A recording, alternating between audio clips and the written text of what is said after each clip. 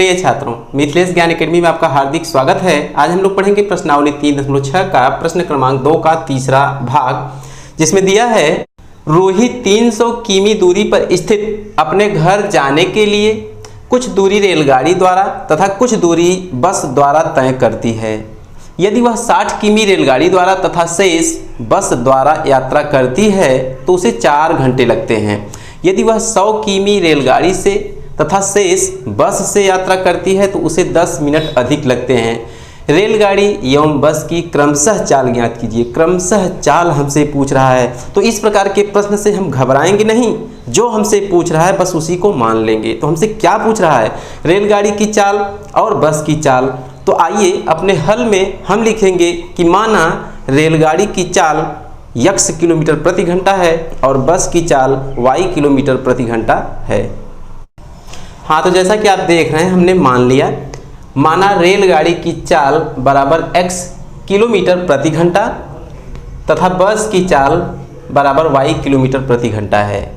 अब हम क्या करेंगे कि प्रश्न को बारीकी से पढ़ेंगे और जैसे जैसे प्रश्न कह रहा है ठीक वैसे वैसे करते हम चलेंगे।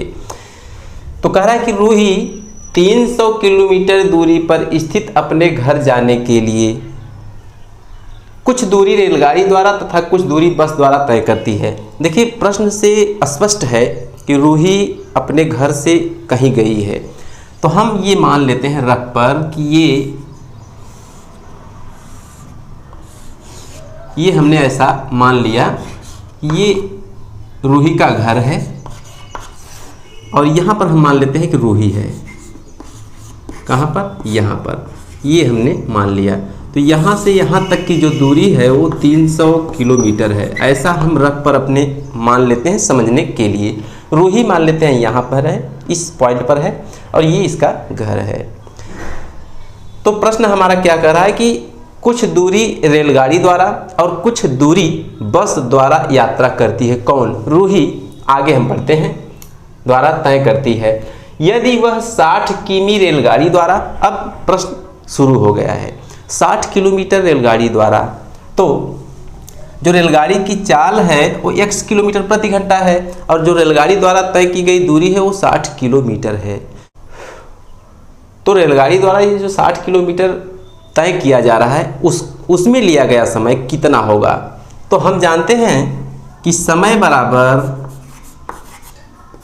बराबर दूरी अपान चाल, ये होता है, ये आप भी जानते हैं। तो समय कितना लेगा ये रेलगाड़ी द्वारा? दूरी कितना चल रहा है? 60 किलोमीटर और चाल कितनी है? x किलोमीटर प्रति घंटा है। तो ये रेलगाड़ी द्वारा लिया गया समय है कब का? वो 60 किलोमीटर तय करने वाला समय है। अब आगे क्या कर रहा है? तथा शेष बस द्वारा यात्रा करती है। शेष का मतलब जब टोटल दूरी 300 किलोमीटर थी तो उसमें से 60 किलोमीटर तो निकाल दीजिए, बचा कितना? 240 किलोमीटर। वो जो 240 किलोमीटर है वो बस द्वारा यात्रा करती है। जब बस द्वारा यात्रा करती है तो बस की जो चाल है वो y किलोमीटर प्रति घंटा है। अब बस द्वारा चलने में लिया गया समय नीचे हम लिखेंगे एक लाइन। हाँ, तो हमने ये नीचे लिखा कि बस द्वारा 240 किलोमीटर तय करने में लिया गया समय बराबर दूरी बटे चाल। ये 240 किलोमीटर कहाँ से आया? टोटल दूरी थी 300 किलोमीटर, जिसमें से 60 किलोमीटर रेलगाड़ी द्वारा वो तय कर चुकी है, तो जो शेष दूरी है वो 240 ही होगी। तो समय बराबर दूरी बटे चाल, तो हम यहाँ लिख देंगे बराबर दूरी कितनी? 240 और चाल कितना? बस की चाल कितनी है? बस की चाल y किलोमीटर प्रति घंटा है। आगे प्रश्न को पढ़ते हैं। यात्रा करती है तो उसे 4 घंटे लगते हैं, फुल स्टॉप। यहाँ पर पूर्ण विराम लगा दिया है। ऐसे प्रश्नों में 2 शर्तें होती हैं और दोनों शर्त से हमें 2 इक्वेशंस प्राप्त होते हैं। तो यहाँ तक ये लगते हैं 4 घंटे लगते हैं, यहाँ तक एक शर्त है, तो हम अपने हल में लिखेंगे प्रथम शर्तानुसार। हाँ, तो ये प्रथम शर्तानुसार इसमें क्या होगा कि ये जो रूही है ये 2 सिचुएशन से 300 किलोमीटर की डिस्टेंस को तय करती है। 60 किलोमीटर रेलगाड़ी द्वारा चली थी, उसका लिया गया समय 60/x है और जो शेष दूरी 240 किलोमीटर थी वो बाई बस चली थी, उसका लिया गया समय 240/y है। तो ये समय प्लस ये समय, ध्यान दीजिएगा, यह समय ये वाला और ये वाला, दोनों को मिलाकर 4 घंटे लगते हैं, ऐसा हमारा प्रश्न कह रहा है। कौन कह रहा है? प्रश्न कह रहा है। वही प्रथम शर्त है, 60/x प्लस 240/y बराबर 4 घंटे। ये इक्वेशन आपको समझ में आया होगा। तो जब आया होगा तो यहाँ देखिए 60/x प्लस 240/y बराबर 4, इसमें क्या कुछ कॉमन दिखाई दे रहा है? कुछ उभयनिष्ठ है। यहाँ हम कॉमन कर लेते हैं, 60 को हम कॉमन कर लेते हैं तो मिलेगा क्या? 1/x प्लस यहाँ से 60 को बाहर ले लेंगे तो 4/y बराबर 4। देखिए फिर से पुनः हम गुणा करेंगे तो 60 में 4 का करेंगे फिर से 240 हमको मिलेगा, 60 का 1 में करेंगे फिर से हमको 60 मिलेगा। तो वही कॉमन उभयनिष्ठ का मतलब जो सब में पाया जाता है। अब ये देखिए 4 इक्का 4 होता है और 15 चौका 60 होता है। ये जो 15 है इस पूरे ब्रैकेट के साथ गुणा किया है तो उधर 1 के साथ जाके भाग दे देगा, अर्थात हमको मिलेगा क्या? लिख देंगे या 1/x plus 4/y is equal to 1/15। कितना? 1/15। इसे हम कहेंगे इक्वेशन फर्स्ट। तो पहली शर्त से पहला इक्वेशन हमको प्राप्त हुआ है। जस्ट इसी प्रकार से हम प्रश्न को पढ़ेंगे आगे और दूसरा इक्वेशन प्राप्त करेंगे। हाँ, तो ये हमने लिख दिया द्वितीय शर्तानुसार। अब द्वितीय शर्तानुसार ये 4 घंटे लगते हैं पूर्ण विराम तक, एक शर्त थी और एक इक्वेशन भी हमने प्राप्त किया। उसके आगे पढ़ते हैं। यदि वह 100 किलोमीटर रेलगाड़ी से कितना 100 किलोमीटर रेलगाड़ी से चलने में कितना समय लगे, उसके आगे हम प्रश्न को नहीं पढ़ेंगे। 100 किलोमीटर रेलगाड़ी द्वारा चलने में कितना समय लगेगा, यहाँ नीचे लिखेंगे। तो ये हमने नीचे लिख दिया कि 100 किलोमीटर रेलगाड़ी द्वारा चलने में लिया गया समय बराबर, फार्मूला वही लिखेंगे, दूरी बटे चाल। क्या लिखेंगे? दूरी बटे चाल। थोड़ा ध्यान दीजिएगा, चूंकि रेलगाड़ी की जो चाल है वो x किलोमीटर प्रति घंटा है और दूरी कितनी है? 100 किलोमीटर की दूरी तय किया किसने? रेलगाड़ी ने। तो ये हो जाएगा बराबर दूरी 100 किलोमीटर और चाल x किलोमीटर प्रति घंटा, जैसा कि हमने माना है। ये है ना रेलगाड़ी की चाल x किलोमीटर प्रति घंटा, तो यहाँ रख देंगे। ये 100/x घंटे का समय लगा है रेलगाड़ी द्वारा 100 किलोमीटर तय करने में। जस्ट इसी प्रकार से हम आगे बढ़ते हैं। तथा शेष बस से यात्रा करे तो उसे 10 मिनट अधिक लगते हैं। शेष, अब शेष का मतलब टोटल दूरी थी 300 किलोमीटर, उसमें से 100 किलोमीटर रेलगाड़ी द्वारा यात्रा कर चुकी है तो बचेगा 200 किलोमीटर। अब उस 200 किलोमीटर को बस से यात्रा करने में कितना समय लगेगा, वही नीचे हम एक लाइन लिखेंगे। हाँ, तो ये हमने लिख दिया कि शेष 200 किलोमीटर बस से यात्रा करने में लगा समय बराबर दूरी बटे चाल। तो समय बराबर दूरी बटे चाल फार्मूला बार बार रिपीट हो रहा है, आपको आता भी होगा। दूरी कितनी? 200 किलोमीटर। चाल कितनी? अब हम बस की चाल को इस्तेमाल करेंगे, बस की चाल y किलोमीटर प्रति घंटा, नीचे लिख देंगे y। जैसा कि आप 100/x देख रहे हैं और 200/y देख रहे हैं, ये रेलगाड़ी और बस द्वारा यात्रा करने में लिया गया समय है। इन दोनों समय को यदि हम जोड़ दें आपस में तो ये हमारा जो प्रश्न है वो द्वितीय शर्तानुसार चला जाएगा। जो दूसरी शर्त हमारी कह रही है कि 10 मिनट का समय अधिक लगता है, पहले कितना लगता था? 4 घंटे लगता था, अब 10 मिनट उसमें और ऐड कर दीजिए।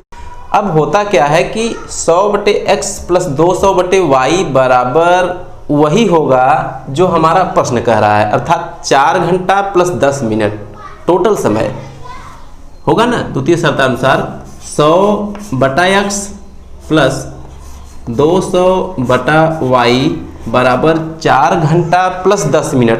अब यहाँ थोड़ा सा ब्रेक लगाएंगे। अब चूंकि पूरी की पूरी जो यूनिट है वो घंटा में है, किस में है? घंटा में। अब इसमें मिनट आके टांग अड़ा दिया कि हम इस क्वेश्चन को आसानी से हल नहीं होने देंगे। तो आसानी से क्यों नहीं हल होने देगा? उस मिनट को हम घंटे में कन्वर्ट कर लेंगे। कहाँ कन्वर्ट करेंगे? रब पर कन्वर्ट करेंगे। आइए करते हैं। देखिए, चूंकि हम जानते हैं कि 60 मिनट बराबर 1 घंटा होता है, आप भी जानते होंगे। तो 1 मिनट बराबर 1/60 घंटा होगा। ध्यान से देखिएगा। तो 10 मिनट बराबर 10/60 घंटा होगा कि नहीं होगा? बिल्कुल होगा। तो ये 10 × 10 = 60 अर्थात 1/6 घंटा हमको मिला है। वो जो 10 मिनट टांग अड़ा रहा था वो 1/6 घंटा दे के गया। तो इसका मतलब कि 4 घंटा तो लगता ही था प्लस 1/6 घंटा और लगेगा, 1/6 घंटा। तो क्या हो जाएगा? 4 + 1/6, ये टोटल, ये है पूरा का पूरा निष्कर्ष, 4 + 1/6 घंटा। अब इसे हम थोड़ा सा ठीक ठाक करेंगे तो लिख देंगे या 100/x + 200/y बराबर, देखिए यहाँ पर मिश्रित भिन्न से कहते हैं। ये 4 में 1/6 को हम जोड़ेंगे तो ये हो जाएगा 6 × 4 = 24 + 1 = 25/6। कितना हो जाएगा? 4 × 24 + 1 = 25/6, ये हो जाएगा 25/6। इसको हम लेकर चलते हैं आगे। देखिए इस पद और इस पद में 100 कॉमन है तो कॉमन कर लेते हैं 100 को। यहाँ बचेगा 1/x + 2/y यहाँ बचेगा = 25/6। ये देखिए 25 × 25 और 25 × 4 = 100 होता है। ये जो 4 है इस पूरे ब्रैकेट के साथ गुणा किया हुआ है। जैसे ही पक्षांतरित होकर इस साइड जाएगा तो इस 6 के साथ गुणा कर लेगा। लिख देंगे या 1/x + 2/y = 1/4 × 24, ये 4 × 24। इसे हम इक्वेशन सेकेंड कहेंगे। अब देखिए इक्वेशन फर्स्ट और इक्वेशन सेकेंड दोनों आपके सामने प्रस्तुत हो चुके हैं। यहाँ देखिए 1/x दोनों इक्वेशंस में समान पद है और चिन्ह भी समान है, तो हम कहेंगे फला समीकरण से फला समीकरण को घटाने पर। वही यहाँ हम एक लाइन लिखेंगे। तो ये हमने लिख दिया कि समीकरण फर्स्ट में से सेकेंड को घटाने पर। अब फर्स्ट को ऊपर और सेकेंड को नीचे लिखेंगे। घटा रहे हैं तो यहाँ प्लस है माइनस हो जाएगा, प्लस है तो माइनस हो जाएगा, यहाँ प्लस होता है तो माइनस हो जाएगा। 1/x से 1/x को हम काट देंगे तो 4/y - 2/y इधर बचेगा। लिख देंगे 4/y - 2/y बराबर 1/15 - 1/24। इधर देख लेते हैं। देखिए y समान है तो ऊपर का घट जाएगा, अगर जोड़ होता है तो जुड़ जाता। तो 4 में से 2 घटाएंगे 2 मिलेगा, नीचे y बराबर 15 और 24 का LCM ले लेंगे। क्या कर लेंगे? 15 और 24 का LCM ले लेंगे तो कितना मिलेगा? तो 15 और 24 का LCM लेंगे तो हमको मिलेगा 120। कितना मिलेगा? 120।